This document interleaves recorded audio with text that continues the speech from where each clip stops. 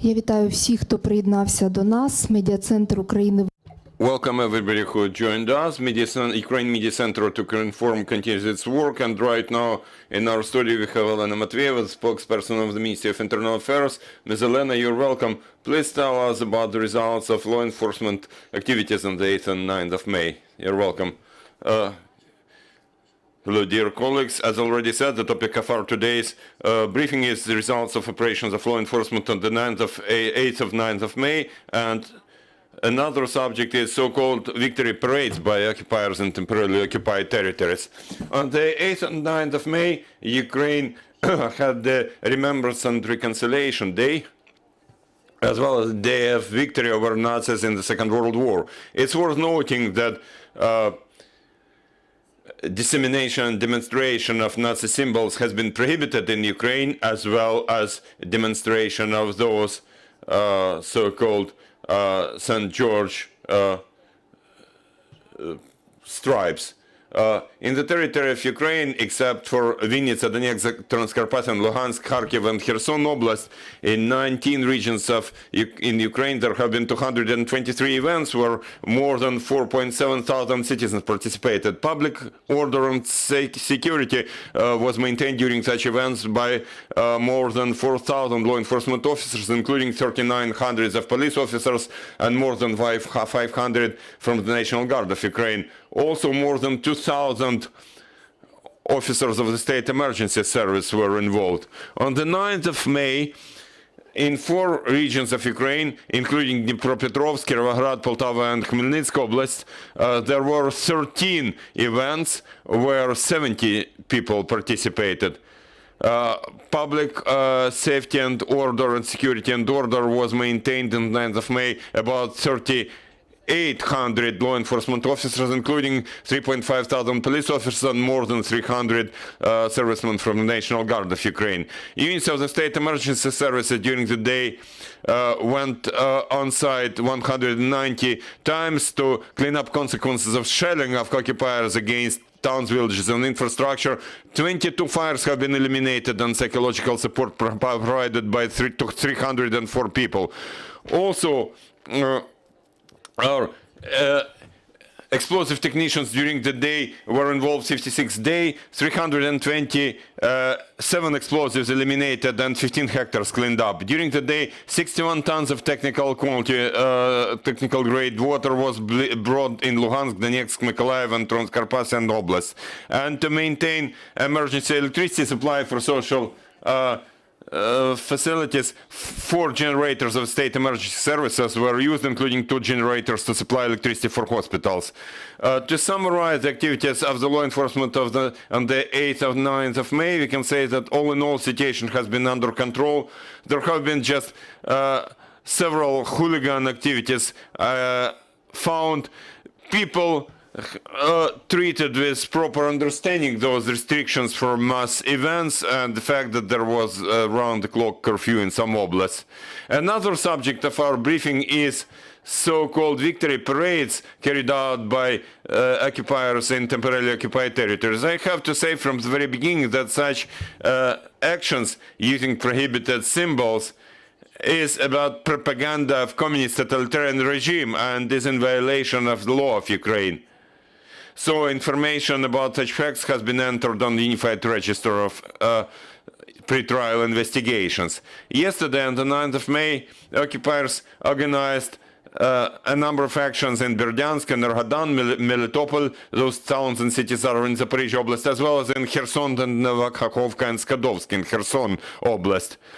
The most cynical was so-called parade in Mariupol, where Denis Pushilin participated, who is the leader of so-called Donetsk People's Republic, pseudo-republic. For several months, Mariupol has been under siege by Russian army, which keeps shelling residential quarters, innocent civilian infrastructure, and then they do not allow bringing humanitarian assistance there. Well, the whole civilized world was remembering the victims of war. That Russia was dancing on bones in Mariupol, so to say. It's not Victory Day, but Day of Shame. To summarize those so-called pseudo-parades, we have to say that Ukrainians continue eliminating contacts with the Russian military. They refuse to collaborate with them, even though there is a huge-scale humanitarian crisis and pressure from Russian army. Glory to Ukraine, glory to heroes.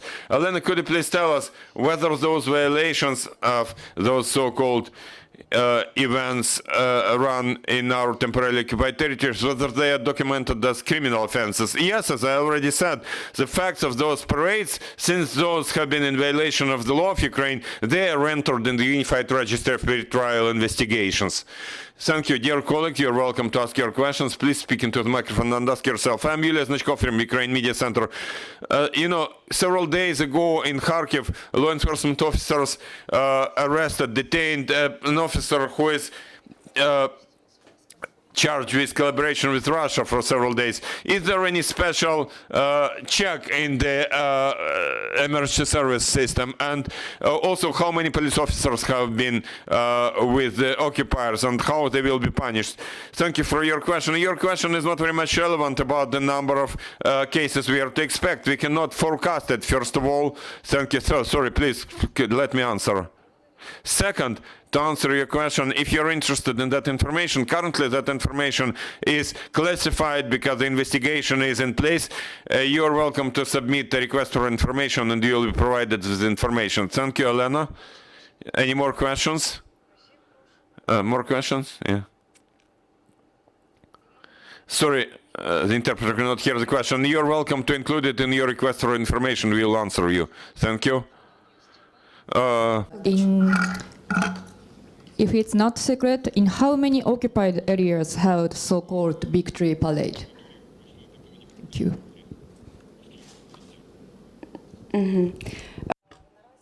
At the moment, we are aware of Zaporizhia Oblast, Berdyansk, Enerhodar, Melitopol, those towns, also in cities of Kherson, Novokakhovka, Severodonetsk, and Mariupol. That's it, or do you have another question? Any more questions? Friends, you're welcome. Thank you. I'm Vitaly Holod from Ukrinform. My first question is this. There has been information that former parliament member Zhvania has been killed, but can you share any official information what happened in Mali-Tekmak community in Zaporizhia Oblast? We'll prepare official information and it will be announced. At the moment, I am not allowed to comment on that. Thank you. Any more questions? Yes. Could you please tell us whether law enforcement officers have managed to capture and how many people, if any, have been captured during those days of 8th and 9th of May, those who are for so-called Russian world? Well, we cannot say that there's that person is committing sabotage. Of course, some people have been detained, but only after some procedural steps we can establish whether that person has been involved in some sabotage or not. For example, yesterday in one park in Kiev, a lady went with the photo of her father. She said that she was in the military during the Second World War, and she said that she doesn't support what the Ukrainian government is doing. So she was invited to the police station, but we cannot say immediately that she was involved in any sabotage, as you understand. About the numbers, I can say that since the beginning of this war, we have established collaborationist activities by 484 acts and 36 facts of sabotage. Those are the numbers we have at the moment, but that's for the whole time since the beginning of the war. Good afternoon, I'm Anastasia Zhog from Dom.ua TV channel. I have a question about parades in those temporarily occupied territories. It's not a top secret that there are Ukrainians who are collaborationists, who are collaborators. They help Russian occupation administration to carry out such parades, such events. And the question is how those people will be punished, what evade them. Maybe there is some article in the criminal code, and when it will be done, after our victory or maybe even now. Thank you. You understand that at the moment we cannot detain, we cannot arrest them because they are in temporarily occupied territories. Later there will be certain procedural investigative actions and we will establish punishment for them in accordance with Ukrainian law. Thank you. You're welcome.